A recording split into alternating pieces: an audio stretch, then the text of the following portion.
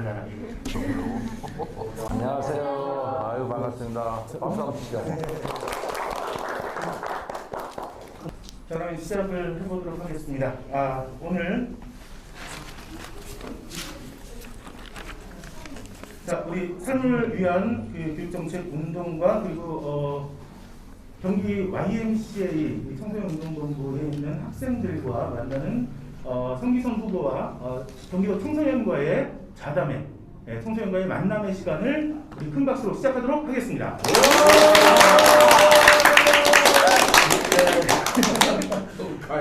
오늘 분위기가 굉장히 산만해질 것 같은 느낌이 났는데요. 오늘 그 취지를 간단하게 좀 말씀을 드리고 그 다음에 인사하는 시간을 좀 드렸으면 좋겠습니다. 원래 이제 경기도에는 교육감 후보가 두 분이 나오셨습니다. 임태희 후보와 성기선 후보 두 분이 나오셨는데요. 저희 양측에 오늘 청소년들과 함께 만나는 자리를 함께 갖자고 제안을 했었고요. 성기선 후보 쪽에서는 흔쾌히 응답을 해주셔서 이 자리가 만들어진 거고요. 임태희 후보 쪽에서는 계속 실무 협의를 보다가 중간에 연락이 끊어졌습니다. 더 이상 연락을 받지 않으셨고, 그래서 안타깝게도 성기선 후보만 만나는 자리로 대신할 수밖에 없다는 것을 양해 부탁드리겠고요. 오늘 그 청소년들과 함께하는 질의응답과 여러 가지 이 퀴즈 이런 것들을 통해서 여러분들과 함께 1시간 동안 진행을 해 보도록 하겠습니다. 자, 먼저 우리 그 후보님은 조금 이따가 해주시고요. 우리 학생들, 청소년 분들부터 하겠는데 오늘 호칭은 재훈님, 지연님 이런 식으로 해보도록 하겠습니다. 그래서 인사 나눌 때요, 이게 딱딱하게 하지 마시고 내가 경기도에 사는 학생으로서 느끼는 느낌 한마디를 함께 말씀해 주시면 될 것 같습니다. 우리 이쪽부터 지연님부터 시작해 보도록 하겠습니다. 시작. 네, 안녕하세요. 저는 경기도 용인시에 사는 평화를 바라는 청소년 이지현이라고 합니다. 반갑습니다. 평화라고 얘기하시는데 왜 평화예요? 경기도 용인시에는 이제 시골스러운 느낌도 나고 어르신분들이 많이 사시는데요. 그걸 보고 이제 평화롭다 생각을 해서 평화를 바란다고 말했습니다. 근데 거기서 평화를 느끼신다. 네, 좋습니다. 네, 자, 우리 다음 분. 안녕하세요. 저는 경기도에서 이제 늦잠을 잘 수 있어서 행복한 이다은이라고 합니다. 늦잠을 잘 수 있어서 행복한. 지금 고등학생이잖아요. 네. 저는 몇 시에 등교하셨어요? 아침에? 저는 뭐 고등학교 다닐 때 7시 한 20분, 15분 그때까지 갔죠. 그랬는데 잠을 잘 수 있어서 행복하다? 어떻게 되는 일이죠? 그 경기도는 이제 9시까지 등교가 가능한 걸로 알고 있습니다. 9시 등교제. 그렇게 알고 계시는 그렇게 하고 있죠? 네. 그게 1시간이 아니라 2시간 정도 가까이 더 잘 수 있다는 것은 굉장히 큰 만족도다. 이렇게 느끼고 계시는군요. 반갑습니다. 네. 다음 분이요. 안녕하세요. 저는 탈출하고 싶은 삶 속에서 살고 있는 경기도 이천에서 온 박수희라고 합니다. 탈출하고 싶은 산소. 삶이요. 산소. 마스크를 써서 전달 소통을 잘했습니다. 이렇게 질의하면서. 마스크를 네. 쓰고 있던 거니까 그렇죠. 삶이 산이 되버렸네. 근데 탈출하고 싶다. 왜 어떤 의미죠? 그게 갈팡질팡한 진로 속에서 확실하지 못한 확신을 갖고 고등학교 생활을 살아가는 게 너무 스트레스고 고통의 연속이라 생각을 해서 빨리 벗어나고 싶은 그런 안타까운. 저도 벗어나고 싶습니다. 근데 다시 돌아가시겠다고 하시니 일단 박수. 저도 인사를 하겠습니다. 저는 오늘 진행을 맡고 있고요. 삶을 위한 교육정책운동 집행위원장을 맡고 있고요. 민주시민교육 프로젝트 겨세 상임연구원 함께 맡고 있습니다. 이름은 권혜진이라고 합니다. 반갑습니다. 네, 우리 이쪽으로 넘어갈까요? 다음 분 우리 민서님. 저는 경기도 용인시에서 성장하고 있는 전민서입니다. 성장. 네. 이제 고등학교에 올라오면서 진로에 대해 생각도 하고 어른에 가까워지고 있는 것 같아서 성장이라고. 오히려 이제 새로운 진로와 새로운 시작을 준비하는 과정의 성장. 좋습니다. 우리 학생 분. 우리 다음 분. 안녕하세요. 저는 경기도 안산에서 울고 웃으면서 청춘을 보내고 있는 여수진이라고 합니다. 네. 오늘 웃으세요? 우세요? 오늘은 좀 웃고 싶습니다. 네, 제가 웃겨드리겠습니다. 감사합니다. 네, 다음 분. 저는 경기도 이천에서 온 미로 같은 삶에서 살고 있는 박선영이라고 합니다. 미로? 미로. 왜 미로죠? 그렇죠? 가도 가도 끝이 보이지 않는 것 같아서요. 얼마 안 왔는데 뭘 가져가는 것이 없어. 앞으로 갈 길이 더 많은데. 네, 그 꼰대 같은 얘기예요. 현재의 이 아픔을 또 이렇게 안아주셔야죠. 네네.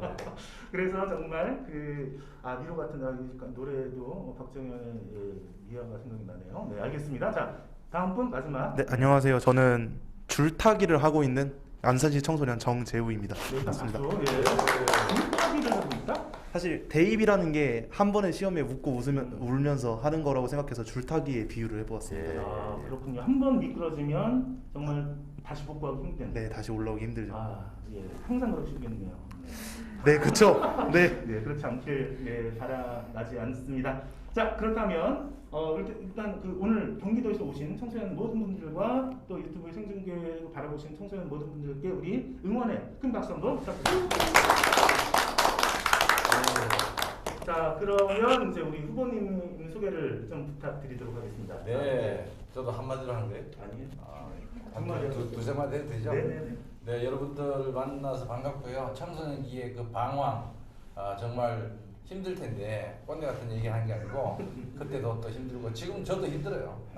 한치 앞을 내다보기 힘들고 어떻든 힘든 삶에서 그래도 희망과 도전과 또 꿈을 실현해 나가는 과정 자체를 즐기면 좋겠고 제 꿈은 경기도 교육감이 되는 겁니다. 원래 태어날 때부터 경기도 교육감 안 했는데 우리 아이들의 이 삶과 이 미로 같은 삶을 어떻게 하면 좀 더 아름답고 같이 동참하고 새로운 세상으로 만들 수 있을까 고민하다 보니까 교육감을 하는 게 더 좋겠다. 저 혼자의 삶보다는 같이 공동체를 이끌어 나가고 좀 더 밝은 사회로 가기 위해서는 우리 교육이 살아야 된다. 이 신념 하나로 지난 40년 동안 뭐 교사부터 시작해서 연구소의 연구원, 지금은 가톨릭대학교 교수, 여러분들이 그렇게 두려워하는 수능을 관장하는 한국교육과정평가원장을 거치고 지금 드디어 현장에 나와서 경기도 교육감에 도전하고 있습니다. 네, 성기선입니다. 네. 그래서 교육감에 출마한 계기는 무엇인가 질문을 하려고 했더니 아이들의 행복한 삶과 또 미로 같은 삶이 아름답게 만들어질 수 있도록 도움을 주는 그런 도움이 네, 그렇죠. 촉진자 도움. 이제는 내가 지시하고 명령하면 따른다 이게 아니라 도와드리고 함께하는 이런 과정이 의미가 있다 이렇게 말씀을 해주신 것 같습니다. 우리 실시간 채팅방에 많은 분들이 질문 같은 것들을 좀 올려주시고 의견 올려주시면 중간중간 소개를 시켜드리도록 하겠습니다. 우리 조유미 선생님께서는 교육의 주체자분들이 어떤 생각인지 무척 궁금하네요라고 말씀하셨고요. 우리 탕탕부는 청소년들의 이야기를 많이 듣고 싶어요. 그래서 오늘은 청소년들의 이야기를 중심으로 많이 좀 들어보도록 하겠습니다. 그 전에 우리가 청소년들은 어떤 고민들을 하고 사는지라고 일단 질문을 좀 드리고 싶은데요. 우리가 그래도 통계청에서 나온 2021년 자료를 한번 찾아봤어요. 그래서 지금의 청소년들이 가장 많은 고민을 무엇으로 삼고 있는지 혹시 알고 계시나요? 알고 있죠. 자, 그렇다면 먼저 학생들 본인의 고민은 무엇이에요? 아까 전에도 말했지만 성적입니다. 재훈님은 성적이다. 네, 알겠습니다. 우리 선영님은요? 저도 학업이 제일 학업이 제일 고민이다. 네. 수진님은? 저는 지금 대학 입시가 제일 고민이 됩니다. 대학 입시. 그렇죠. 예. 자, 우리 민서님. 저는 진로 쪽이 고민이 많이 됩니다. 진로 쪽이 고민이 많이 된다. 네, 좋습니다. 우리 소영님은요? 저도 대학 입시가 가장 고민입니다. 대학 입시다. 자, 그렇다면 다은님은요? 저도 저의 진로가 가장 고민이 됩니다. 진로. 네, 좋습니다. 네, 저도 이제 진로에 관해서 가장 고민이 많이 듭니다. 진로에 대해서. 자, 이 안에도 정답이 있을까? 우리 뭐라고 생각하세요? 네, 정답이 있습니다. 16년도로 저 기억하는데 경기도에 우리 학생들을 그때 한 500여 명 모였나요? 타운홀 미팅을 했는데 마지막 쫙 모터를 누릅니다. 초등학생이 제일 학교 교육으로부터 받고 싶은 원하는 교육이 뭐냐? 1위 진로교육. 그 다음 중학생들한테 또 질문했습니다. 진로교육. 고등학생도 진로교육. 놀랍게도 진로에 대한 고민을 매우 많이 합니다. 뭐 입시, 대학, 진학, 성적 물론 그것도 중요한데 그거는 어쩌면 고등학교 3학년으로 갈수록 그 압박이 큰 거고 초등학교 고학년부터 중학교, 고등학교 저학년까지가 진로에 대한 고민이 가장 크더라. 그 고민을 들었고 지금 여기 오신 우리 청소년 여러분들도 똑같은 생각하는 것 같아요. 그래서 우리 교육에서 가장 필요한 것은 진로 교육이다 이렇게 생각합니다. 그렇군요. 제가 미리 무슨 뭐 이렇게 그 문제를 이렇게 드린 게 아니라 지금 이제 즉석에서 우리끼리만 이제 한 건데 잘 알고 계시는 것 같아요. 근데 약간 이제 조그만 결이 다른데 미래 사회의 직업군의 변화가 굉장히 우리가 지금 어떻게 이제 이렇게 미로에 또 이렇게 있는 거잖아요. 그 과정 속에서의 직업 진로 요 이야기들이 1위를 차지했더라고요. 그래서 그냥 단순하게 우리가 80년대, 90년대의 어떤 진로보다는 지금은 훨씬 더 복잡한 진로에 대한 고민들을 하고 있지 않은가? 더 다양한 직업군에 대한 세계 이런 것들을 어떻게 우리가 또 대응하고 함께 해야 될지에 대한 고민들을 또 우리 교육감 후보님들께서 잘 해주셨으면 좋겠다는 생각이 듭니다. 네, 감사하고요. 그러면 질문 하나 더 한번 해볼까요? 자, 2021년에 학교 밖 청소년들이죠. 학교를 그만둔 청소년들이 초등학교, 중학교, 고등학교 중에서 가장 많이 그만두는 시기가 언제일까요? 시기? 네. 초등학교일까요? 중학교일까요? 저는 중학교라고 생각합니다. 중학교요? 네. 그건 완전 찍었습니다. 네.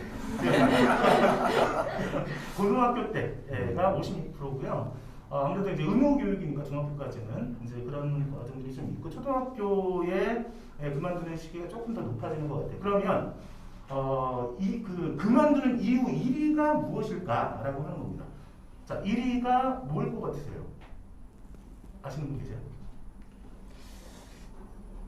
내가 학교 그만두고 싶을 때가 언제예요? 재훈님? 아무래도 성적표를 받고 나서가 가장 그 충동이 커지는 때가 아닐까 생각합니다. 이 학교를 왜 다녀?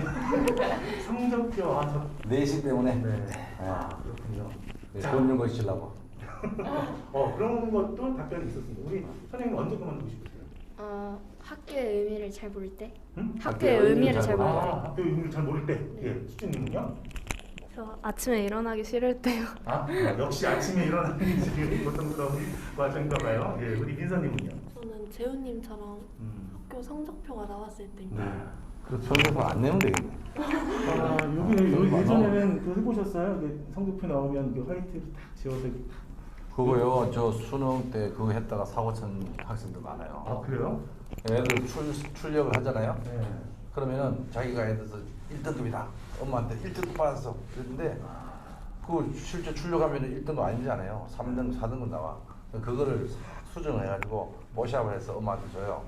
그런데 나중에 점수를 보면 1등급 아니잖아요. 엄마가 너 왜 이래 됐어? 그리고 이제 평가원에 줄을 서서 옵니다. 자기 정답 답안지 확인하러. 제가 위에서 쳐다봅니다. 한 100여 명이 줄을 서요. 엄마가 손잡고. 올 때는 법무도 당당한 아이들이 뒤돌아갈 때는 고개 푹 숙이고 엄마 신발 앞에 가고 아이는 뒤에 따라고. 그 마음이 짠해요. 평가 원장 하셨었나요? 4년을 했죠. 4년. 정확한 플레이. 2017년 11월부터 했으니까 한국교육과정평가원 원장. 포항 지진이 일어났을 때 그때부터 코로나19까지 작년 2월까지 했습니다. 수능 4번 했어요. 저만큼 수능을 많이 관장하고 관리하고 전문성 있는 사람 별로 없습니다. 수능에 대해서는 묻지 마세요. 그러니까. 잘 알고 있으니까. 근데 어쨌든 우리가 지진으로 인해서 일주일을 미뤘던 그 엄청난 우리 사회에 있는 엄청난 사건이죠. 그걸 또 경험해 보셨군요. 경험이 아니라 극복을 했죠. 네, 무슨 바람은 뭐 피하는 것이 아니라 극복하는 것이다. 우리의 영화 활에 나오잖아요. 위기는 극복하는 것이다. 두려워하지 마라. 네, 최종 병기 활입니다. 네. 알겠습니다. 예. 자, 우리 소희님은 언제 학교 그만두고 싶으세요? 저도 똑같이 성적 얘기인데 시험 점수는 높게 나왔지만 등급이 낮을 때가 제일 학교를 나만 치는 게 아니야. 다른 애들은 날리고 있어. 이런 거예요? 네, 맞아요. 참 그럴 때 안타깝다. 네, 언제 학교를 또 전 그런 거 없어요. 이런 사람 한 명도 없어 그래. 네. 저는 시험 공부할 때가 가장 그만두고 싶습니다. 정말 시험 공부할 때. 네. 알겠습니다. 자, 우리 마지막 지연님은요? 예, 저도 이제 시험 공부할 때 시험 공부하면서 잠이 부족해질 때 이제 이걸 왜 해야 하나 생각하면서 학교를 그만두고 있습니다. 근데 지현이는 앞에 다은이 얘기하면 꼭 따라하는 것 같아요. 나 보고 무슨 생각하고 얘기할까 그러다가 앞에 딱 하면 아우 좋아. 나중에 순서를 반대로. 알겠습니다. 예. 그런 때 시험 공부할 때 굉장히 다양한 의견들이 나왔는데요. 학교를 그만두는 청소년들, 학생들이 이유가 뭘까요? 가장 큰 이유. 우리 후보님. 그 저한테 질문을. 예, 여기서 정답이 나왔어요. 네, 그러니까 지금 학업 문제죠. 학업 스트레스나 이런 것들 때문에 학교 교육을 받으면서 사실은 우리나라 성적, 경쟁 이게 너무 치열하다 보니까 그 극복을 하기 어렵고 학교를 떠나고 싶다는 생각이 아마 그래서 나오지 않겠나 싶어요. 그렇군요. 네, 학업 스트레스라고 합니다. 학업 스트레스. 약 37%가요. 학교가 의미가 없어서 라고 표현합니다. 그러니까 학교가 의미가 없어 나한테는. 이게 압도적으로 1위가 나오고요. 그리고 2위가 나왔던 게 이제 뭐냐면 제가 핸드폰에다가 해놨는데 모르죠? 아니요, 알고 있습니다. 제가 긴장을 너무 많이 해가지고요. 예. 자, 2위는 뭐냐면 기억나는 게 맞아요. 기억났다가 지금 강사가 있습니다. 제 핸드폰 어디 갔지? 자, 예, 여러 가지가 있습니다. 근데 배우고 싶은 것이 학교에 없어서 가 있습니다. 그래서 다른 것을 배우기 위해서 이제 떠난다 이런 얘기도 있었어요. 그 외에도 뭐 군정고시 보려고 아이들 이제 성적과 내신이 안 나오니까 이제 이런 경우들도 있고요. 저는 이런 어떤 그 학교에 대해서 그만두고자 하는 학생들이 더 이상 업도를 만드는 과정이 바로 우리 그 경기도 교육감으로서 그리고 전국에 있는 교육감들이 이 고민들을 해야 된다고 생각해요. 적응하고 있는 아이들을 위해서가 아니라 적응하지 못하는 아이들, 한 마리의 기른 어린 양을 위해서라는 표현이 맞겠죠. 그런 고민들을 해야 돼서 어떻게 하면 학교가 의미가 있고 배울 수 있는 것들을 배우고 할 수가 있을까요? 고민들 뭐 어떻게 좀 하실 수가 있으실까요? 뭐 사실은 학교가 학생들에게 일단 의미가 있는 공간이 되야 된다. 정말 여러 가지가 바꿔져야 되는데요. 배우고 싶은 내용을 자기가 선정할 수 있어야 돼요. 그리고 자기가 수업을 만들 수도 있어야 되고 수업에 참여할 수 있도록 하는 동기화가 돼야 되고 딱 일률적으로 9시 시작해서 9시 50분, 10시 시작 10시 50분 이런 규격화된 경직화된 학교 시스템 제도 자체를 학생들의 그 생체 리듬, 지적인 어떤 역량, 동기화에 따라서 이렇게 바꿔줄 수 있어요. 지금의 이 교육 제도는 그야말로 표준화된 어떤 틀 속에서 원재료가 들어가서 생산되는 마치 산업화 시대의 공장과 같은 시스템이다. 그게 우리 아이들은 재료가 되기 싫은 거예요. 내가 만들어 보고 싶은데 왜 나는 만들어져야만 되느냐라고 하는 그런 수동적인 교육 이것을 받고 있거든요. 그래서 아마도 교육감이 예전의 교육감의 권한과 지금 이제 나타날 이제 새로운 어떤 교육감의 권한이 사실은 굉장히 큰 차이가 있는 것 같아요. 이제는 이수 과목이나 이런 것들이 시수와 이런 것들이 딱딱 정해져 있는 상황 속에서 사실 교육감이 할 수 있는 것들은 별로 없었는데 지금은 지역교육과정이라고 해서 지역의 특성에 맞는 교육과정 그리고 고교 학점제가 또 이제 시작이 되면서 여러분 선택권을 높이는 과정 여기서 사실 권한이 생겼지만 그것이 안착되기 위해서 노력해야 될 그러니까 교육감으로서 역할이 대단히 지금은 중요한데 자신 있으신가요? 아유 자신 없어 왜 나옵니까? 제가 보니까 여기 나와 있는 질문을 제가 사실 보지도 않고 왔어요. 근데 와서 보는 순간 이건 뭐 벌써 10년 전부터 고민한 문제라서 아무것도 보지 않고 내가 떠들 수 있습니다. 그만큼 자신감이 없으면은 교육감 나오면 안 됩니다. 그럼에도 불구하고 지금의 느끼는 고통과 문제의식들을 또 끊임없이 또 들으셔야 또 새로운 관점으로도 해석할 수 있지 않을까 이런 생각이 좀 들어봅니다. 자 그렇다면 우리 경기도에 있는 청소년들의 고민, 생각, 질문 자 지금부터 시작을 해봤으면 좋겠습니다. 우리 먼저 민서님의 질문부터 시작해 보도록 하겠습니다. 학교마다 수학여행이나 현장체험학습, 체육대회 등을 다르게 운영하고 있습니다. 특히 안산 지역에서는 몇 년째 수학여행 등을 가지 않는 분위기라고 합니다. 안전한 교회 체험학습을 준비하고 또 운영하는 것은 어른들과 학교의 역할이라고 생각하지만 그러한 노력 없이 만약의 경우를 대비한다고 청소년기의 중요한 경험을 학교의 선택에 의해 하지 못하고 졸업을 하게 될 수 있습니다. 이에 대하여 교육감 후보자님의 생각은 어떠신가요? 야. 지금 또 있어요. 예, 또 있어요? 예. 양질의, 진행을 잘 보시네요. 양질의 수학여행과 체험학습 등을 모든 청소년들이 누릴 수 있는 방법이 있을까요? 지금 그 후보님이 학교 다니실 때 수학여행이나 뭐 체험학습 이런 것들을 좀 해보셨어요? 네, 뭐 체험학습은 별로 안 했고요. 네. 그때는 이제 그야말로 수학여행 딱 한 번이죠. 고등학교 2학년 때 갔던 수학여행이 설악산으로 수학여행 갔는데 네. 아주 기억이 남습니다. 별로 맛없는 음식에 아주 누추한 여인숙에 네. 그럼에도 불구하고 그 설레이던 그 여행이 생각납니다. 네. 저는 대한민국의 사고 때들이 가장 많이 간 경주를 갔다 왔는데 그게 정말 평생 남는 추억과 기억인 것 같은데 요즘은 코로나 상황도 있었지만 그 이후에 세월호 문제나 여러 가지 때문에 네. 나는 중고등학교 때 수학여행 가본 적 있다. 한 번도 없어요? 중학교 때? 2학년 때? 그렇군. 그게 기억이 많이 남나요? 기억이 약간 많이 남았습니다. 네. 약간 많이 남아? 마이크를 대고 해야 돼요. 중학교 2학년 때 마이크. 경험을 해보셨는데 뭐가 제일 기억이 나나요? 저는 실수로 물에 빠진 기억이 같네. 나도 머리 맞았는데. 그래요. 예. 근데 그게 몇 년도였어요? 그 2019년도 19년도 19년도? 코로나 시작 전이었을 것 네. 같고 근데 이런 추억거리들이 사실은 또 이렇게 약간의 일탈, 약간의 어떤 해방 이런 느낌들을 주는 것이 매우 중요한데 앞으로 어떻게 될까요? 저도 갖고 있는 교육에 대한 기본 생각은 지금 4.16이나 코로나 때문에 그 중지되어 있던 여러 가지 학생들 활동 이걸 굉장히 강화할 겁니다. 사실은 학교의 담벼락 안에서 학교 교육이 제한되어 있는 거 이게 진짜 문제라고 아까 말씀드렸던 그 경직성인데 이걸 탈피해야 된다. 이를테면은 지역 교육 과정이라는 걸 얘기했는데 한 20%를 주겠다. 그러니까 월화수목금 있으면은 금요일 하루는 지역에 가서 내가 듣고 싶은 수업을 들을 수 있는 거예요. 우리 반 전체가 움직이는 문제 있어요. 각각 개인의 진로가 다르고 큰 관심이 다르니까 나는 우리 동네에 있는 박물관에 하나 개통 가겠다. 나는 우리 동네에 있는 사회적 협동조합에 가서 뭘 배우겠다. 나는 우리 동네에 가서 무슨 목공이나 이런 걸 배우겠다. 그러니까 자기가 하고 싶은 거를 일주일에 한 번씩 가고 그 프로그램을 우리가 지역교육 과정이라고 얘기합니다. 한 20%면은 매우 높은 비율이고요. 그럼 지역사회의 교육 인프라도 살고 학생들도 재미있고 그런 것들이 좀 되고요. 수학여행 체험학습 충분히 더 해야 된다고 봅니다.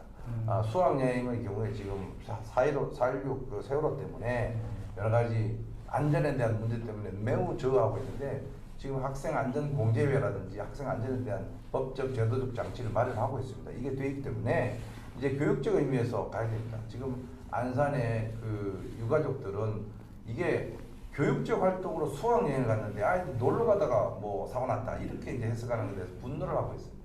우리는 교육 프로그램 안에서 수학여행, 체험학습, 지역교육과정, 꿈의 학교 같은 거 제가 또 꿈의 학교 시조세라고 합니다.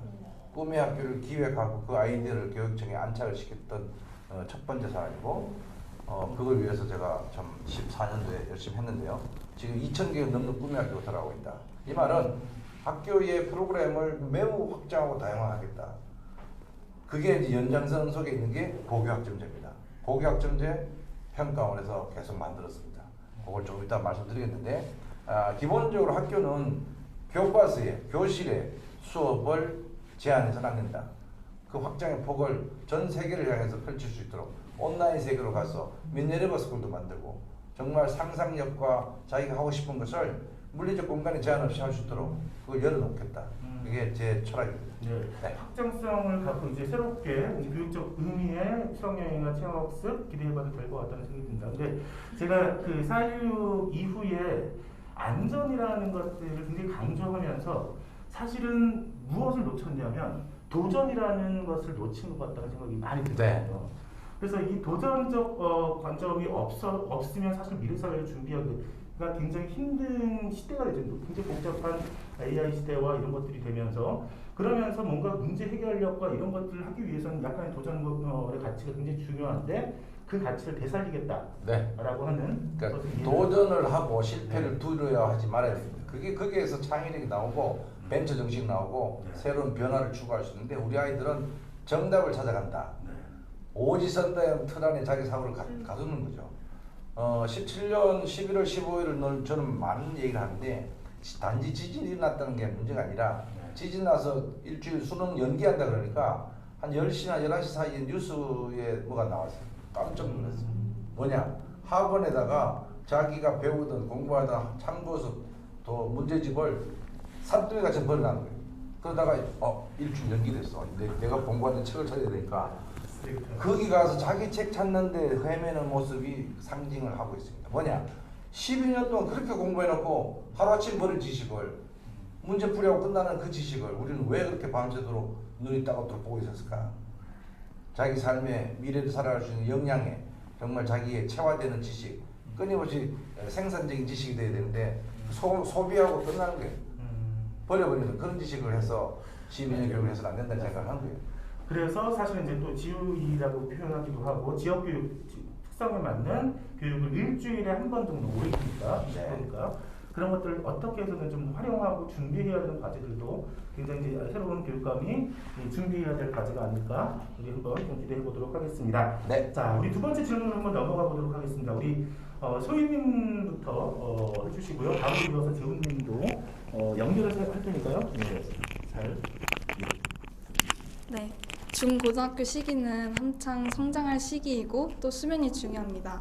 그런데 수행평가, 과제, 학업 때문에 늘 새벽 3시 정도가 되어야 학생들의 하루 일과가 끝이 나는데요. 이런 학생들의 현실을 어떻게 개선할 것인지 또 학생들의 수면권과 건강권을 보장하기 위해 어떤 노력을 해주실 것인지 교육감님의 의견을 여쭙고 싶습니다. 정말 3시에 사실 제 딸도 그렇게 자요. 저보다 먼저 일어나고 늦게 자는 이게 말이 되나 이런 생각들도 저는 한편으로 합니다. 자, 여기에 이제 이 수면권과 이런 부분들도 있는 거고, 자, 우리 재훈님도 이어서 질문 해주시죠. 네, 더해서 EBS 온라인 클래스와 화상 수업으로 대표되는 온라인 수업이 실행된 이후 학생들의 학업 성취도가 떨어졌다는 기사를 쉽게 접할 수 있었습니다. 네.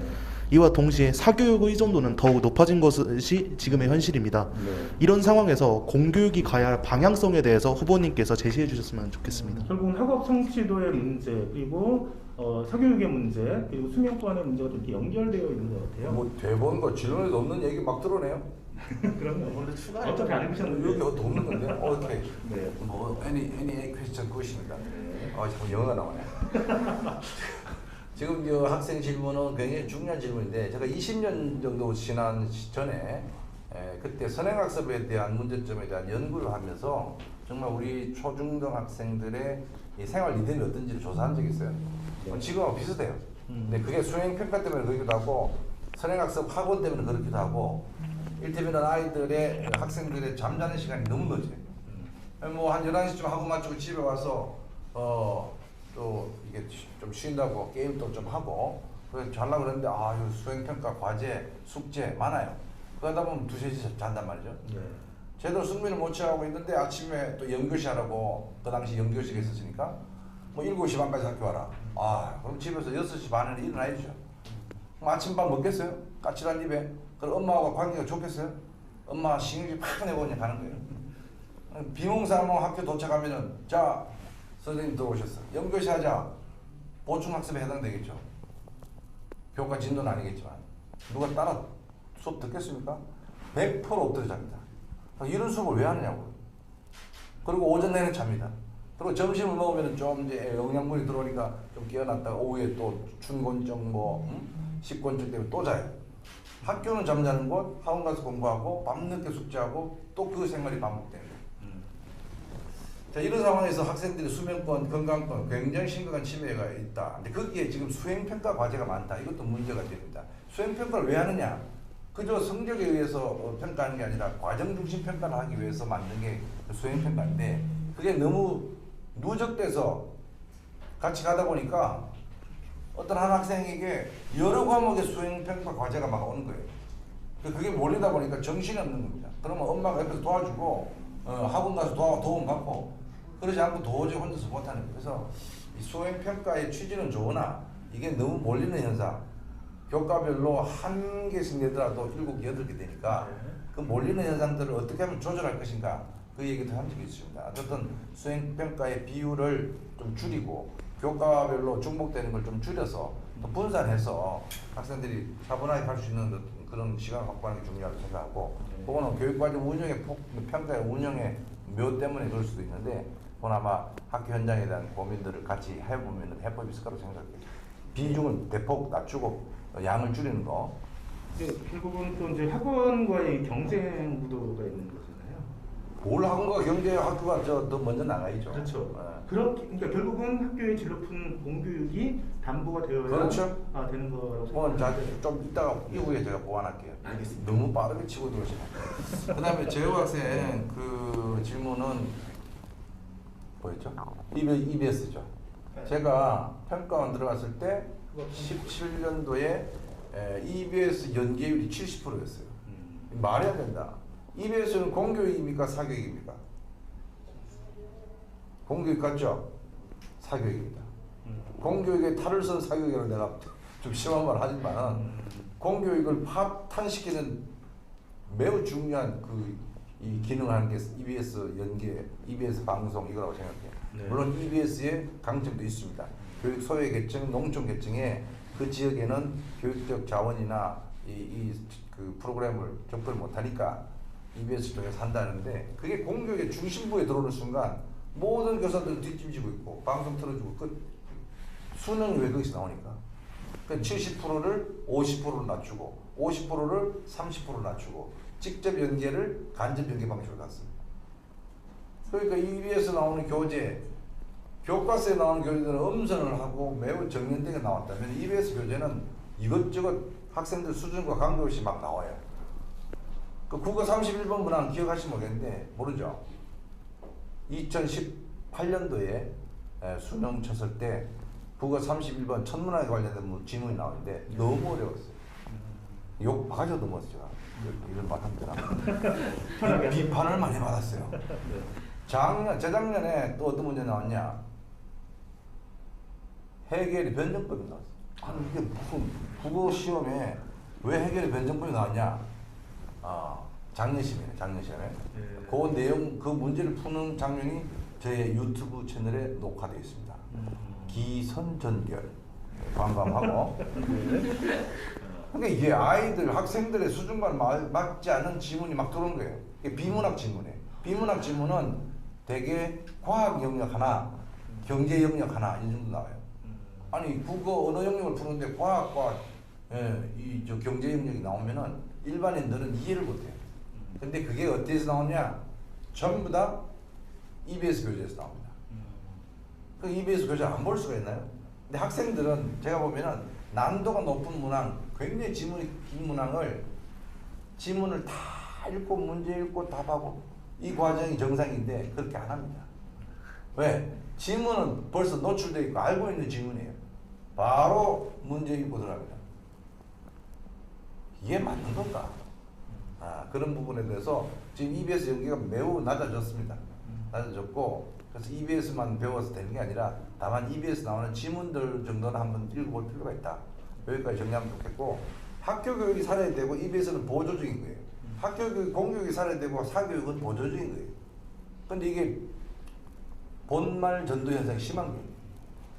본질이 사라지고 수단적인 거, 보조적인 게 자기 자리를 차지해버리니까 학교 교육 불신화가 너무 심해진 거예요.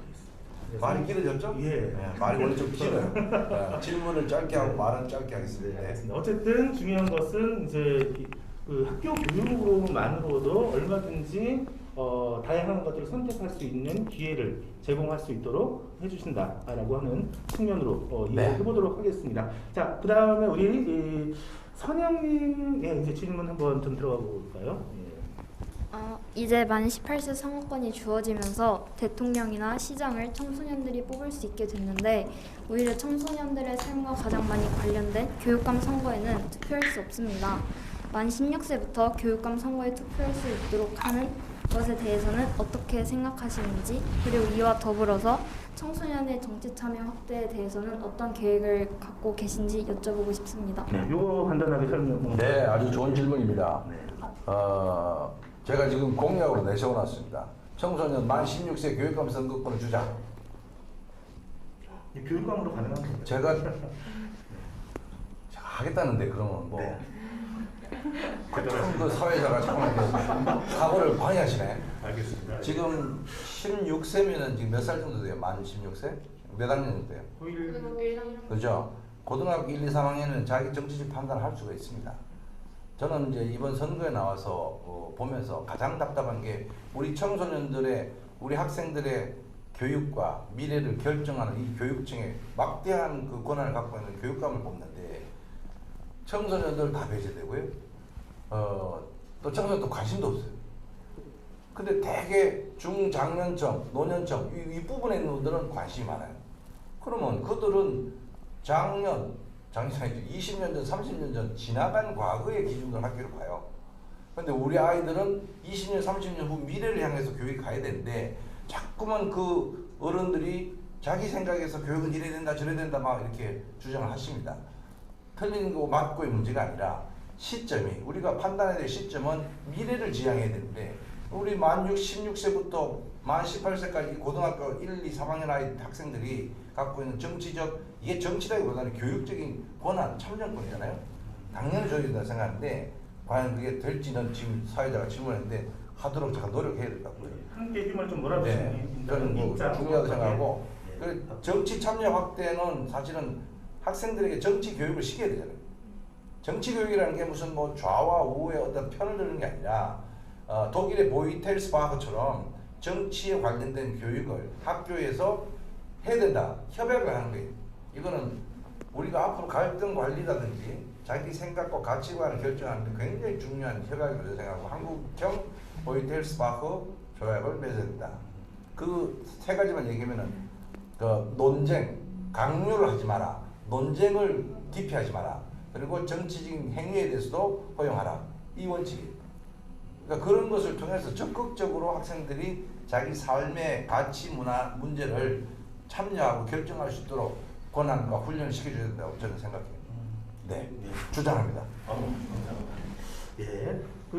어쨌든 우리가 정치라는 것은 자신의 삶, 우리가 작은 정치, 정당 정치만 생각하는데 정치라는 것은 결국은 내 삶을 내가 스스로 일구어 나가는 능력, 이런 것들이 사실 큰 정치를 우리가 그렇게 얘기하고 있기 때문에 그런 취지에서 말씀을 해주신 것 같고, 만 16세 선거권 인하 운동은 우리 또 IMC가 우리 청소년과 함께 굉장히 오랫동안 주장을 해왔던 부분인데 흔쾌히 또 받아주시는 것 같아서 어쨌든 좀 행복합니다. 거기에 두 번째 질문, 또 자치에 대한 질문인데요. 이어서 해보도록 하겠습니다. 우리 지연님. 학교 내에서 학생회가 여전히 선생님들과 동등한 권한을 가지지 못하고 있습니다. 학교 내에서 징계를 받는 학생들이 어떤 과정으로 그런 징계를 받는지 물어볼 수조차 없는데요. 학교 내에서 학생들의 자치와 학생회 활동을 강화하기 위한 방안으로 무엇이 있는지 여쭤보고 싶습니다. 몇 번에 있죠? 네, 뒤에 있는데요. 그러니까 학생들이 징계를 받잖아요. 알았어. 근데 그거에 대한 설명을 예. 그러니까 기본적으로 학교 자치, 학교 자율이라는 게 교사, 학생, 학부모의 교육 3주체가 공동체를 형성해 나가는데 여전히 같은 지위가 아니라는 건 분명히 이제 현재 그렇고 교사 중심이냐 그것도 아니고요. 학부모의 참여가 많이 보장되어 있냐 그것도 아니고 학생 참여 매우 부족하고 학교는 어떻게 운영되느냐? 학교는 공문으로 운영됩니다. 위에서 내려온 지시, 규정. 그러니까 이제 그런 부분에서 어떻게 하면 이 교육 자치가 중앙정부로부터 권한이 교육청 단위로 내려오고, 교육청 단위에서 교육지원청 단위로 내려오고, 교육지원청 단위에서 학교로 내려오고, 학교에서 교실로 들어가고, 우리가 뭘 가르치고 교육을 어떻게 할 건가에 대한 결정 권한이 교육에 참여하는 사람들에게 주어진, 그게 교육 민주화라고 저는 생각해요. 이게 교육 자치라고 얘기할 수도 있고. 학생들한테 권한이 없지 않냐? 당연합니다. 그럼 지금 현재는 학교 운영위원회를 통해서 교사, 교원위원, 학부모위원, 지역사회위원들이 참여해서 학교의 제반의 사항에 대해서 회의를 하고 거기서 어느 정도 의사결정을 합니다. 물론 완전 결정은 아니에요. 자문 역할을 하거나 아니면 심의 역할을 하거나 그래요. 자, 거기 학생들 들어가 있습니까? 안 들어가 있죠. 이게 원래 영국 모델에서 따온 건데 영국에서는 학생이 들어가 있습니다. 그래서 제가 우리 공약에 또 넣어놨습니다. 학교 운영위원회에 학생위원을 참여시킨다. 만약에 이게 다 해결되지는 않을 거예요. 이를테면은 지금 뭐 학생 징계에 대한 문제는 또 다른 얘기고, 또 교육과정 편성이나 수업 운영에 대한 것도 또 다른 얘기고, 학교 운영위원회에서 할 수 있는 건 교과서 선정부터 교복 뭐 선정까지 어떤 의사결정의 이해관계들을 결정하는 거니까 상당히 중요한 부분이긴 한데, 실질적으로는 학생들의 의견이 반영되는 수 있는 다양한 위원회가 있을 수 있고, 학생회가 있잖아요. 학생회, 교사회, 학부모회, 이게 법제화가 안 돼 있습니다. 법제화가 안 됐다는 것은 법적인 근거가 없다는 얘기기 때문에, 그러한 학교 자치를 위해서 학생회, 교사회, 학부모회도 법률적인 근거를 가져야 된다라고 저는 생각하고, 그러한 방향으로 노력하겠습니다. 네. 결국은 그 학생, 학부모, 교사 또 교직원까지 포함한 자치 조직이 아예 학교 운영을 대체하는 것도 어떻게 생각하세요? 근데 자치 조직이 있는 거는 법률적으로 근거가 있어야 되는데, 한때 이제 그런 학교 운영에 관련된 자치 조례라고 하는 게 이제 도 단위에서 조례 알죠? 법률 밑에 지역 단위의 그 규정을 만든 게 조례인데, 이 조례를 통해서 이 학교 운영위원회는 초중등 교육법에 들어가 있고요. 조례는 밑에 있잖아요. 이 조례가 초중등 교육법을 이길 수는 없죠. 약간 그렇죠? 험한 말씀하다가 잘 하셨어요. 거스를 수가 없습니다. 그러면은 이게 법률 위반이 되는 거예요. 그러니까 학교 운영위원회 관련 법률이 좀 수정되어서 그 구성과 역할을 좀 바꿔줘야 되겠다. 거기에는 학교 운영위원회 안에 하위 위원회로 앞서 얘기한 교사회, 학부모회, 학생회가 들어가도록 하면은 전체 운영위원회가 있고 각 하위 위원회가 있고 좀 복잡해지긴 한데 그런 구도로 가는 것이 맞다. 동등한 어떤 권한을 갖고 충분히 의견 개진을 할 수 있는 기회들이 생기면 지금 이제 얘기했던 학생들의 여러 가지 이제 의견 수렴이 안 되는 위해서 좀 부당한 대우 이런 것들도 많이 사라질 수 있을 거다라고 하는 의견이셨습니다. 우리 시간이 이제 18분 정도 남았는데요. 여기서 또 이제 그거밖에 안 남았어요? 예. 한 2시간 한다 그래요? 2시간? 한 시간으로 좀 줄여달라고. 더 하시죠? 예. 저는 상관없습니다. 네. 좀 밖에 계시는 우리 캠프 관계자분들 괜찮습니다. 괜찮다고 네. 하십니다. 결국 선거는 후보가 결정하는 거예요. 네. 네, 맞습니다. 우리 학생들하고 얘기 더 해야 됩니다. 그럼 천천히 해도 되겠네요. 우리 학생회 대표가 학교 운영위원회에 참여해야 학교의 중요한 의사결정 과정에 참여할 수 있도록 해야 한다고 생각합니다라는 의견을 또 동료님께서 주셨습니다. 그리고 우리 꽁지랑님도 경기도는 학교 민주주의 지수를 알아보기 위해 학교 주체 간 공론장 운영을 좀 진행하기도 했는데요. 자, 규정력이 없다 보니까 각 학교에 우리 맡겨지고 있습니다. 그래서 교육감이 되시면 학교 민주주의를 촉진하는 조례를 좀 제안하시고 옆을 보시면 어떨까요? 라는 질문도. 그 꼼지락이라는 분은 제가 아는 분 같은데요. 네. 청소는 아닌데. 여기는 저기 시민들도 시민들. 네네네. 참여할 수가 있고요. 또 그러시구나. 예, 제가 아는 사람이 아닐 수도 있고요. 예. 여기 또 하나 있네요. 뭐 성규선 화이팅이라고 하셨는데요. 예. 네, 정치적 행동에 의해서 하면 안 됩니다. 네, 아니고 이거는 이제 댓글로 올라온 거를 제가 읽었습니다. 어느 분이 이렇게 편파적이실까 제가 생각을 좀 해봤습니다. 자, 이제 두 분 정도 의견이 좀 남았는데요. 우리 수진님의 질문을 한번 좀 들어보도록 하겠습니다. 네, 저희 학교는 이제 고교학점제랑 관련을 해서 그 고교학점제에서 선택의 폭을 넓히고자, 과목 선택의 폭을 넓히고자 새롭게 신설된 과목이 이제 몇 과목이 있는데요. 이제 그 신설된 과목들에 전공 선생님이 없다는 점을 좀 이제 여쭙고 싶은데, 저희 학교만 해도 교육학은 이제 일본어 선생님이 가르치고 계시고 이제 심리학은 중국어 선생님이 가르치고 계신데, 이제 단지 대학에서 이런 거를 배웠다고 해서 전공 선생님이 아닌데 전문적인 지식 없이 가르칠 수 있는 건지에 대한 후보님의 생각 여쭙고 싶습니다. 그 전에 그러면 그 고교에서 학점제 운영, 그러니까 다양한 선택을 주는 이 과정에 대한 취지는 여기 학생분들, 청소년분들은 어떻게 동의를 하시나요? 자, 동의하는 손 들어보시겠어요? 이런 취지는 나는 무료스럽다. 없으시고 전체적으로 그 동의는 하시는데 이 과정상에서 좀 이렇게 전문적이지 않은 이런 형태 어떻게 그 교육학 과목은 제가 가르칠 수 있습니다.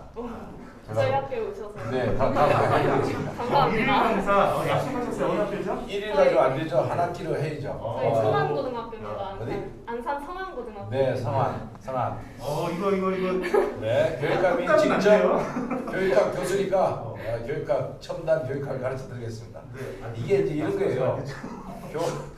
교사 자격증이 제한된다 보니까 네. 학점제는 학생들의 수요와 적성에 고려돼서 다양한 과목을 개설하는데 이게 무한정 다양한 할 수 없지만 그래도 일정한 수요가 있으면 만들잖아요.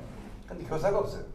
지금은 그런 제한이 있고 그런 한계가 있는 거 분명히 이해하는데 이 제도가 좀 더 정착해 나가면은 그러한 과목의 경우 외부 강의에서 올 수 있는 사람 부를 수 있다. 교사 자격증 없는 사람 안 된다. 그럼 교육과 자격증 있는 사람 불러야 되는데 그런 사람이 없다. 어떻게 되냐? 그래서 이제 제가 이제 고교학점제 중앙추진단 단장했어요. 중앙추진단 단장 회의를 하면서 그 부분을 이를테면은 애매하게 표현을 했습니다.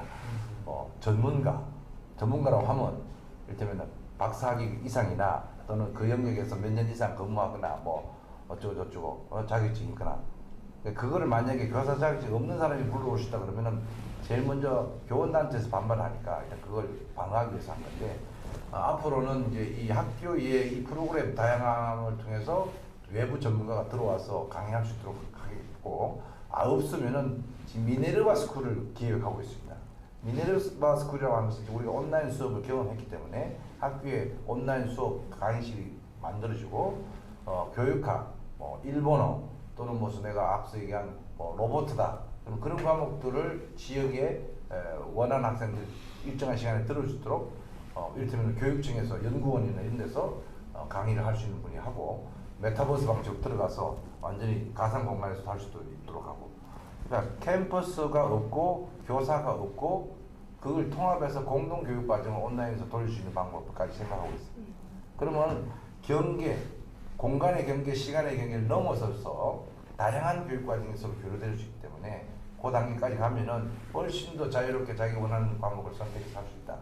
그렇게 생각해요. 고교학점제는 여러분들 알다시피 2025년도부터 본격 시작합니다. 28년도에 첫 졸업생들이 대학 입시를 통과하게 돼요. 그럼 지금 제일 먼저 두 가지 문제점으로 지금 학생이 얘기한 교사의 그 과목이 일치하지 않는다. 그 부분이 있고 두 번째는 지금 수능과 같은 대학 입시 제도하고 안 맞다. 당연히 안 맞죠. 요거는 2024년도에 새로운 대학 입시 제도가 발표될 겁니다. 그때는 고교학점제와 매치가 딱 되는 방식으로 발표될 거예요.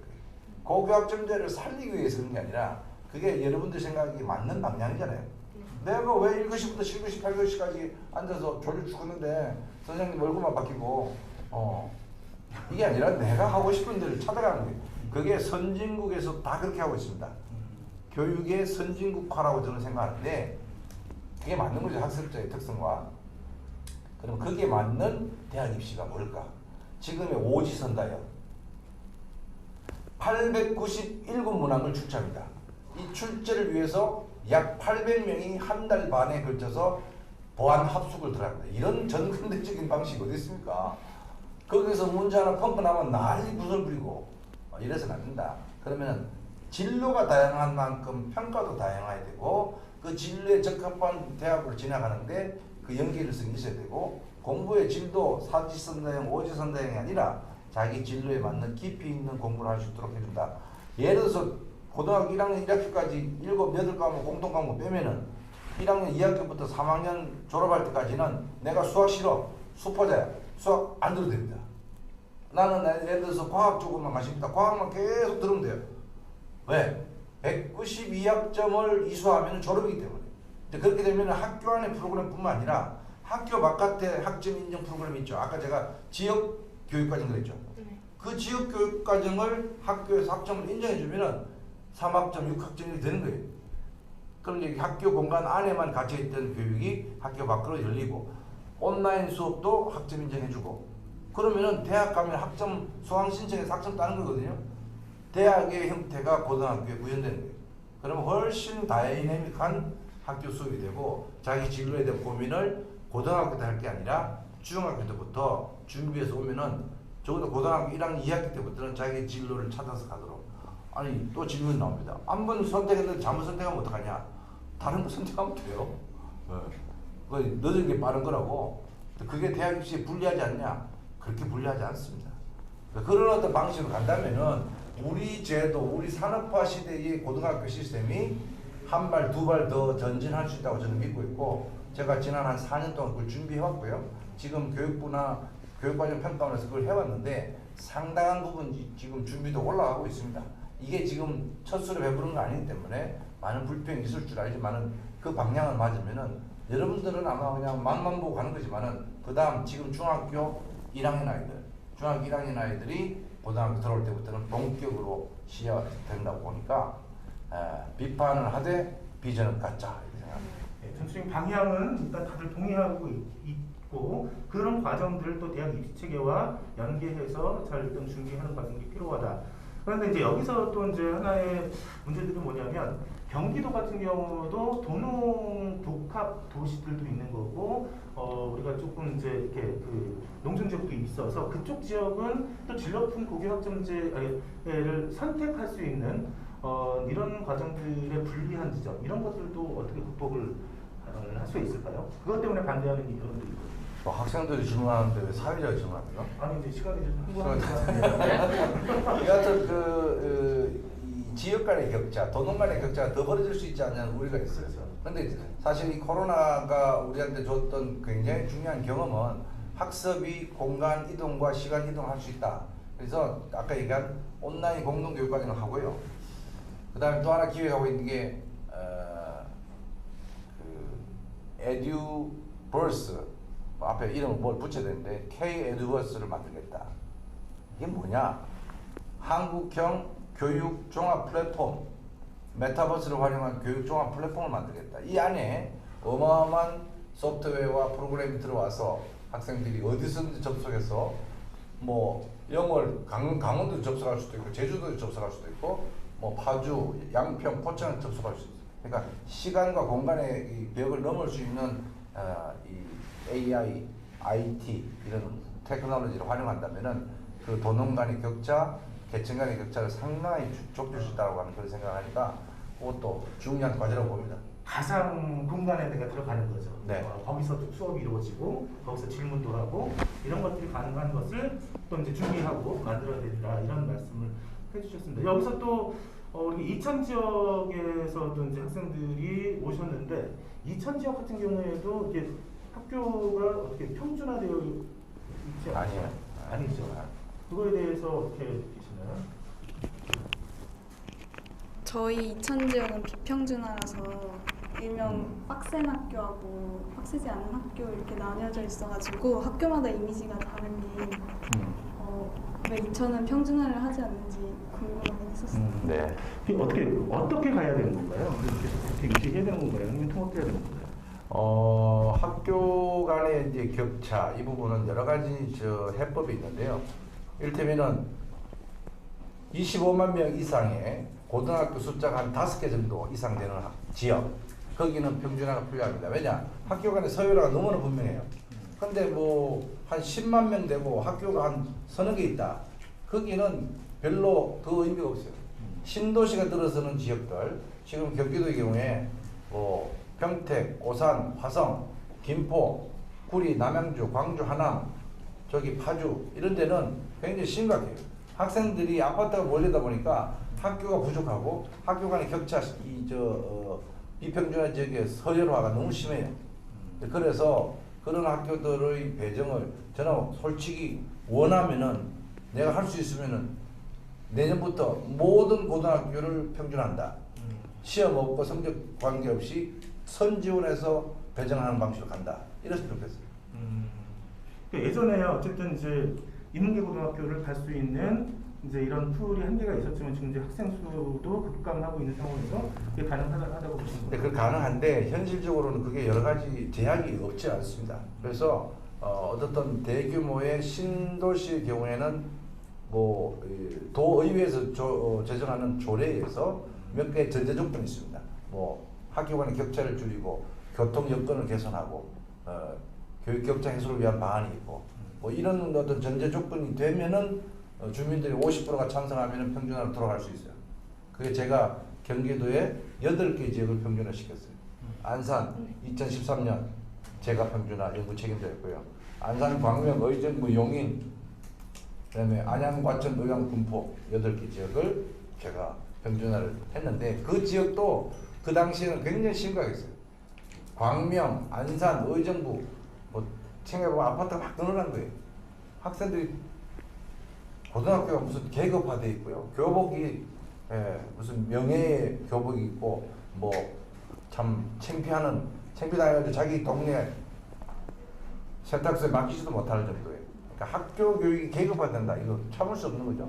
근데 거기에다가 MB 정부에 고교 다양한 300이 들어와서 특목고, 자사고, 외고, 과고, 국제고 이런 게 들어오잖아요. 그럼 일반 학교가 완전 황폐해야 돼요. 그 지금 교육은 보편 교육으로 가야 되고 누구나가 지금 학교 간의 차이가 아니라 다양화가 쭉 필요한데 다양화를 학교 간의 서열화로 하는 것이 아니라 학교 안에 교육과정과 프로그램으로 다양화를 해나가야 진로를 찾아갈 수 있는 거예요. 그게 고교학점제입니다. 왜 고교학점제가 이 시간에 들어왔느냐? 혁신학교를 하고 중학교 자유학기를 하고 뭔가 자유로운 어떤 느슨한 분위기와 체험 중심과 학생들의 진로 중심으로 갔는데 고등학교는 입시라고 하는 벽 때문에 꼼짝 못하는 거예요. 이 고등학교 교육의 이 경직성을 깨기 위해서 나온 게 고교학점제입니다. 고교학점제를 하면은 비평준화 문제를 어느 정도는 또 해결할 수가 있어요. 네, 그런 부분에서 이천의 경우에는 농촌 도시 복합도시니까 몰려있는 데는 몰려있고 떨어질 때는 떨어졌잖아요. 이게 학교를 배정하는 데 상당히 어려움이 없지는 않습니다. 몰려있으면 간단해. 도시의 경우에. 그런 부분에서 이천의 특성화를 위해서 고교학점제가 활성화되면은 지금 그런 학교가 좋고 나쁘고 아까 뭐 빡센 학교, 좀 덜 빡센 학교, 완전 안 빡센 학교 이렇게 되겠죠. 이런 구도는 성적에 의한 서열하고 옆으로 펴지면은 여기는 과학 중점에 특성화된 학교, 그럼 과학 쪽에 선택 방법이 많이 늘어난 학교가 있을 수 있고 뭐 문예체 같은 예능 계통 또는 문과 계통, 뭐 사회과학 계통 이런 학교의 프로그램을 모든 학교가 백화점식으로 다 나열할 수 없으니까 어떤 학교의 교육과 특성화를 해나가면은 내가 예를 들어서 인문계 다니는데 일반계 다니는데 미대를 가고 싶다. 그럼 예체능에 관련된 특성화되어 있는 일반계 고등학교 가면 되죠. 그럼 거기는 미술 선생님, 음악 선생님, 체육 선생님이 다른 학교보다 매치를 더 많이 하면 되죠. 공통 과목 빼고 그런 제도의 다양성을 학교 안 프로그램의 다양성으로 가면 좋겠다는 게 이 취지니까 좀 나아지지 않겠다 생각됩니다. 이게 이제 학교 안에서의 이제 수많은 변화들도 있을 테지만 사실은 이제 요즘은 마을이 학교다라고 하는 이런 어떤 캐치플레이 이런 것들이 있어서 마을 교육 공동체 경기도에서 후층 교육 지구라고 하죠. 그래서 이 마을이 교육에 참여하는 거에 대한 입장은 어떻게 되시나요? 제 공약을 지금 보고 오신 것 같은데 아니요. 학교는 마을로, 마을은 학교로 되어 있습니다. 네. 앞서 제가 지역 교육 과정을 확대한다. 네. 지역의 교육적, 인적, 물적 자원을 적극 학교에서 활용하도록 한다. 플러스해서 지금 그저께 발표를 했는데 한 학교 두 학교 어색한데 2개 학교를 운영하겠다. 오전 학교와 오후 학교를 한다. 오후 학교는 돌봄, 방과후 학교 그리고 지역사회의 교육 자원을 개방 공유하는 그것을 별도로 책임자를 별도로 둬서 오전의 학교는 교장선생님이 총괄하고 오후 학교는 또 다른 사람 제2교장이 총괄하고 그렇게 되면 지역 주민들이 학교 안에 있는 도서관, 학교 안에 있는 체육관, 학교 안에 운동장을 자유롭게 쓸 수 있고 그 책임 소재도 분명하기 때문에 학교 교육에 방해되지 않는 범위 안에서 제한해서 개방할 수 있다. 체육관도 보면요 시나 도에서 재정 예산이 들어옵니다. 학교 교육을 위해서 지역사회가 예산을 투여해 주는데 우리 학교에 체육관 강당에 있으니까 만들어주세요 했는데 시에서 뭐 몇백만 몇백억을 줘요. 그래 만들었어. 만들고 나서부터는 이 얘기가 싹 달라지는 게 지역사회에서는 그걸 활용을 못해요. 돈은 바깥에 들어왔는데 학생 교육용 오케이. 그게 목적이 달성되면은 2단계 지역 주민에도 열어줘야 되잖아요. 그러면은 지역 주민들이 그 체육시설을 활용할 수 있는 그런 오후 학교를 통해서 자산이나 이런 시설 관리들 공통으로 해나가면은 충분히 지금의 우리가 갖고 있는 자원들을 공유할 수 있다. 앞으로의 그 사회의 핵심 키워드는 공유, 협력입니다.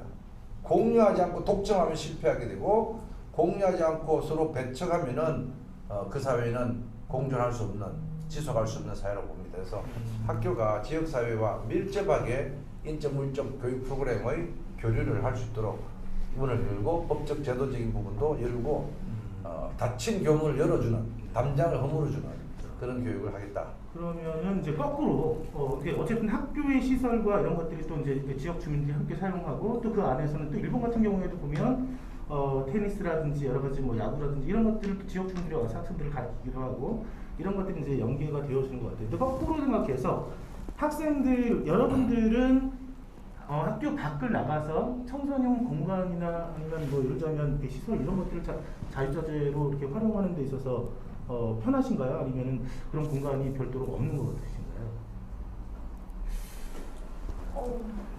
학교 바깥을 나간 적이 없는데 뭐. 아니요, 학교 밖에 나가서 예를 주말이라든지 동아리 활동이라든지 뭐 지역사회에서 여러 가지 이런 활동들이 가능해져야 되는데 그런 측면에서 교육 문화 공간 이런 것들이 좀 이렇게 풍부하다고 생각하시는 건가요? 아니면 좀 많이 제한되어 있다고 생각하시나요? 거의 없다시피 한다고 거의 없다. 그냥 공간을 대여를 하거나 하는데 그 돈이 조금 또 돈이 들어가고 시간도 저는 그 생각이 조금 다른데요. 우리나라에 없는 게 없습니다. 우리나라는 정말 없는 게 없는데 다만 접근이 너무나 배타적이에요.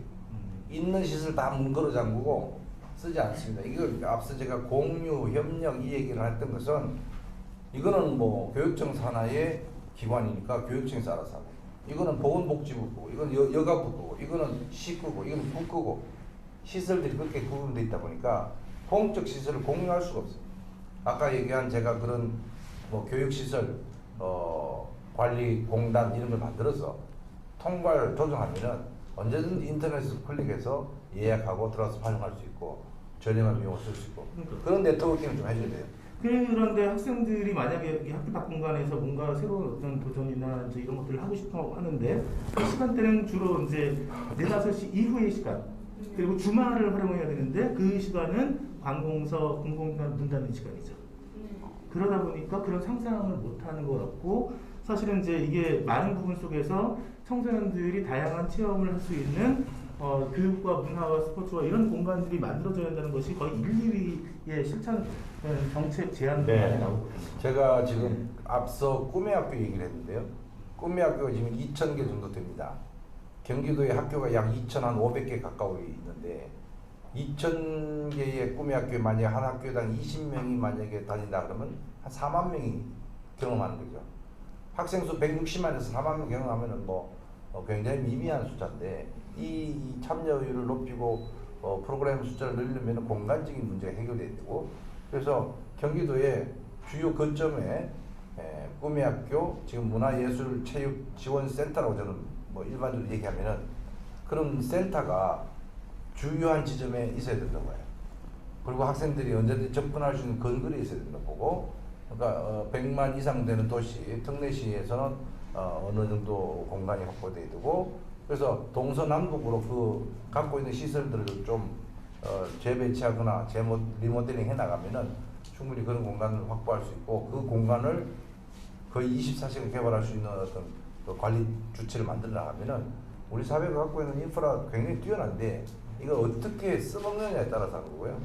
지금 학교가 도시에서도 폐교가 나옵니다. 외곽 지역은 더욱더 나오고 그런 걸 잘 만들어 나가면은 이 꿈의 학교 센터가 종합센터가 만들어질 수 있고 저는 하여튼 1차적으로는 거점별로 꿈의 학교 지원센터를 만들겠다고 약속하고 있고 그거는 교육청 혼자서 안 됩니다. 지역사회, 시와 도와 같이 협업해서 할 작업이기 때문에 예산도 그런 데서 많이 들어와야 되고 그렇게 일반 자치와 교육 자치가 협력적인 사업을 해나가면은 우리 청소년들이 언제든지 뛰어놀 수 있는 제가 보니까 지금은 지자체가 예산들이 많고 해서 각 지자체가 갖고 있는 그 공원이라든지 체육시설, 문화시설이 굉장히 잘 되어 있습니다. 근데 그게 접근성도 떨어지고 또 지금 성인들 중심으로 활용되다 보니까 청소년을 위한 공간이 부족한데 어떻든 그런 문제의식을 갖고 있으니까 지역사회에 있는 각종 문화예술 체육 활동을 할 수 있는 공간들을 잘 네트워킹하자 이런 주장입니다. 그러니까 굉장히 인상 깊은 게 어쨌든 그 유휴 시설 혹은 어떻게 함께 우리가 공공시설 이런 것들을 서로 이렇게 정말 공유하고 함께 사용할 수 있는 이런 것들을 좀 확대하고 늘리자라고 하는 것이 굉장히 중요하게 좀 이렇게 다가오는데요. 그렇죠. 질문이 이렇게 왔습니다.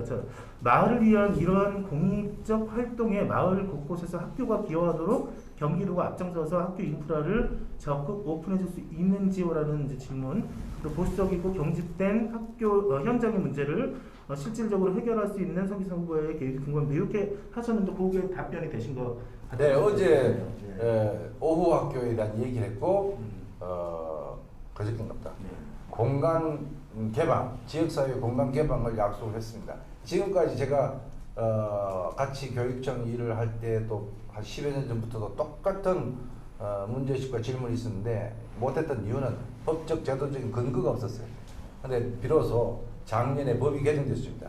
학교 시설 복합화와 관련된 법률이라고 거기 보면은 뭐 조금 더 구체적으로 하나만 설명하면은 법률에 의하면요 학교장은 학교 교육을 통괄하고 이런 말이 있어요. 학교 교육을 통괄한다는 건 전체를 다 관할한다는 뜻이죠. 그러니까 아침부터 밤늦게까지 학교에서 문제 있으면 전부 다 학교장 책임이에요. 그거를 법을 바꿔서 학교장은 교무를 총괄하고 교무라는 게 학생들 수업에 관련된 교육에 관련된 총괄하는 그렇게 제안을 한다. 뭐 별거 아닌 것 같지만요. 굉장히 중요한 변화입니다. 그렇게 해놓으면은 그다음 나머지 활용할 수 있는 시설이나 이런 여러 가지 책임은 제2교장이라고 뭐 아직 지위나 이름은 붙이지는 않았지만은 그런 다른 제3의 인물이 기관이 할 수 있도록 열어놓은 거죠. 법이라는 게 그런 거고 글자 하나가 갖는 의미가 굉장히 예민한 부분인데 그렇게 해놓으니까 교장 선생님들이 이제 거부를 안 해요. 그게 얼마나 중요한 건지 한번 학교에 다녀보시면 알겠지만 모두가 교장 선생님 눈치 봅니다. 왜? 교장이 총괄하니까. 제가 진짜 많이 듣는 얘기 뭐냐면 학생들이 나와서 체험학습을 좀 했으면 좋겠다. 밖에 나가서 여러분들 학교 밖에 나가서 교육받으면 좀 신선하고 좋잖아요. 가장 많이 듣는 소리. 그러다 사고 나면 누가 책임지고 이 얘기 한마디 끝납니다. 근데 그렇지 않아도 되는 상황들이 이 법 개정을 통해서 만들어진 것을 활용하겠다라는 말씀이신 거예요. 네, 그렇습니다. 이게 정말 우리가 학생들이 교육, 청소년들이 이렇게 교육받는 데 있어서 굉장히 큰 변화를 또 줄 수 있는 것 같다. 이런 정보를 또 얻고 가네요. 네, 알겠습니다. 여러분들 이따가 마지막 질문 같은 것들이 있으시면 좀 해주시고요. 여러분들 생각들을 조금 더 담았으면 좋겠습니다. 우리 준비된 마지막 질문은요. 우리 다은님. 네, 여기. 사회에서는 대학 입시를 중요하게 생각하지만 청소년과 학부모는 정작 대입에 대해서 정보를 제대로 제공받지 못하는 경우가 많습니다. 또한 대학 입시 설명회도 학생들이 학원 가는 시간에 한다거나 예체능의 경우 어떤 대학을 갈 수 있는지도 잘 모르겠고 실기 없이 가는 대학도 있는데 학생들이 충분히 이해하고 진로를 정할 수가 없습니다. 특히 고3들이 대입과 관련해서 진학 상담을 받거나 제대로 된 정보를 찾기가 어려워 사교육에 도움을 받고 있는 상황입니다.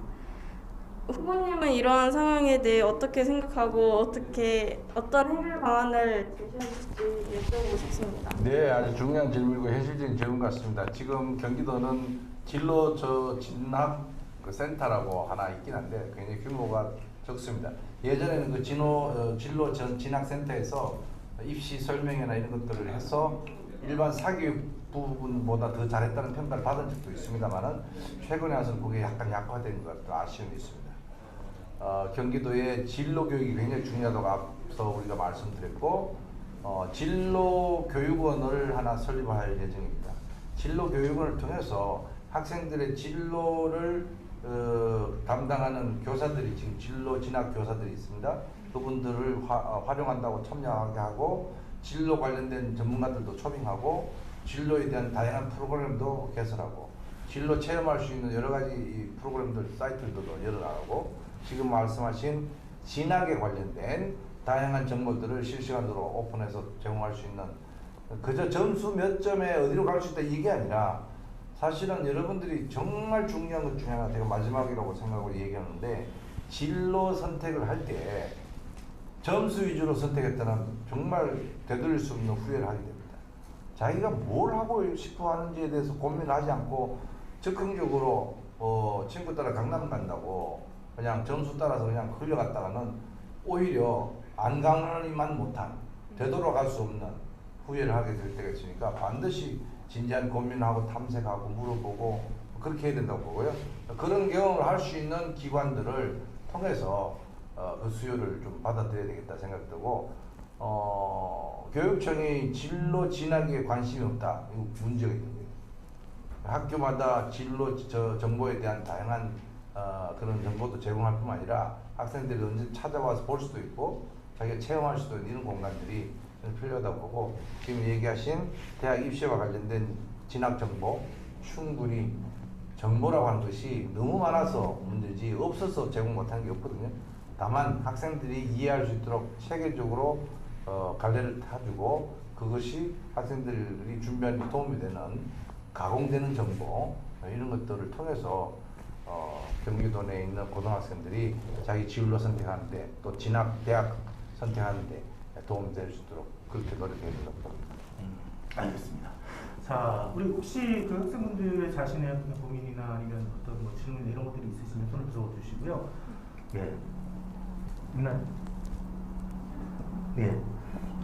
준비가 되시면 말씀해 주시고, 제가 한 가지 질문을 좀 더 들어보도록 하겠습니다. 이 단위 말고요, 우리 삶을 위한 교육정책 제안 운동이라고 해서 한 3천여 명의 이제 시민들과 학생들이 정책 제안을 대선 과정에서 쭉 이제 어떤 공론장을 열고 또 투표도 하고 해서 이제 만들어진 정책들이 굉장히 많이 있습니다. 그 중에서 지금 여기서 굉장히 많은 것들이 소화가 됐는데, 이렇게 학교에 가면 이제 이 교장 선생님이 어쨌든 어떤 그 승진을 통해서 어쨌든 이제 장학사가 되든 이렇게 해서 장학관이 되고 교장이 되는 이런 이제 과정들로 쭉 가고 있는데, 이 학교 교장 선생님을 공모를 통해서 선출하는 교장 공모제라고 하죠. 그것이 지금보다 더 확대가 되어야 한다고 생각하시나요? 아니면 어떻게 생각하시는지? 저는 뭐 대폭 확대해야 된다고 생각합니다. 혁신학교가 이제 자율학교로 지정되어 있는 학교의 경우 이 공모교장을 할 수도 되어 있습니다. 여러분들 아마 구체적인 건 잘 모를 텐데, 하나는 승진을 해서 자기 점수를 따고 평점이 좋아서 승진해서 마지막 교장이 되는 부분이 있고, 일반 평교사 중에서 열정이 있고 실력 있는 사람을 공모를 합니다. 자, 여기에 교장 필요하니까 신청하십시오. 그런 분들을 면접을 보고 수업 실기나 자기 경영 계획서 듣고 평가해서 교장을 모십니다.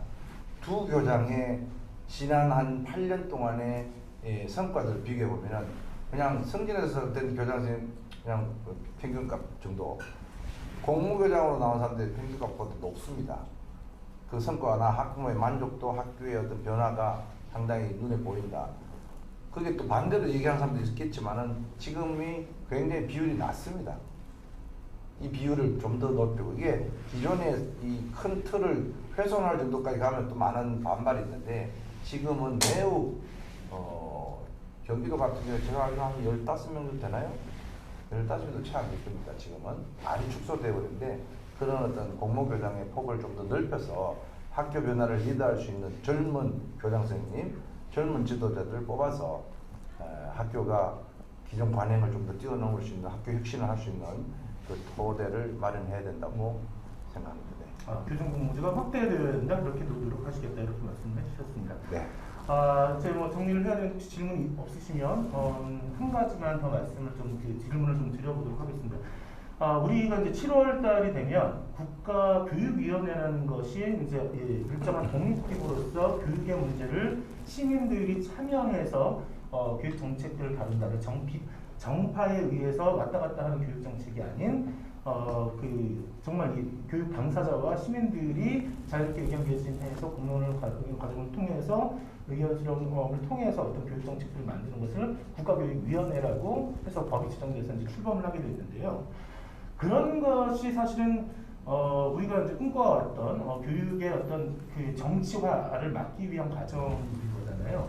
근데 그런 과정에서 보면 경기도에서도 학생의 의견, 학생들한테 이런 얘기를 많이 해요. 어떤 변화가 있으면 우리한테 의견 물어봤어요? 라고 얘기하는 것도 굉장히 많잖아요. 여러분들도 그러지 안 가져보셨나요? 그런 생각들 많이 갖고 있죠. 그런 것들이 얼마든지 자유롭게 학생들의 참여, 학부모들의 참여, 마을 주민들의 참여를 통해서 경기도형 교육위원회 혹은 의견 수렴의 공무원의 과정을 일상화하자라고 하는 어떤 의견들도 있습니다. 네. 아주 제가 10년 전부터 생각한 아이디어입니다. 네, 저는 이제 생각했는데 10년 전에 하거든요. 그러니까 지금 작년까지 우리가 국가교육회의에서 국민 참여형 교육과정이라는 걸 만들고 공론화 과정을 만들고 공론화 과정이라는 게 생소할 텐데 모여서 의견 만들어서 정책을 올리는 거예요. 그래서 지금 경기도는 25개 교육 지원청이 있고 31개 시군이 있는데 굉장히 광역으로 넓습니다. 모든 교육 지원청 단위에서 다 할 수 있느냐는 잘 모르겠는데 좀 갈등이 되는 부분, 정말 서로 간의 이해관계가 안 맞는 부분은 학생, 교사, 학부모들이 참여하는 앞서 얘기한 공론화 과정을 좀 거치면 좋겠다. 그게 뭐 문제 해결하기 위해서 그런 게 아니라 지역의 교육의 문제, 자기 교육의 현안 문제를 학교 단위에서도 그렇게 했으면 좋겠어요.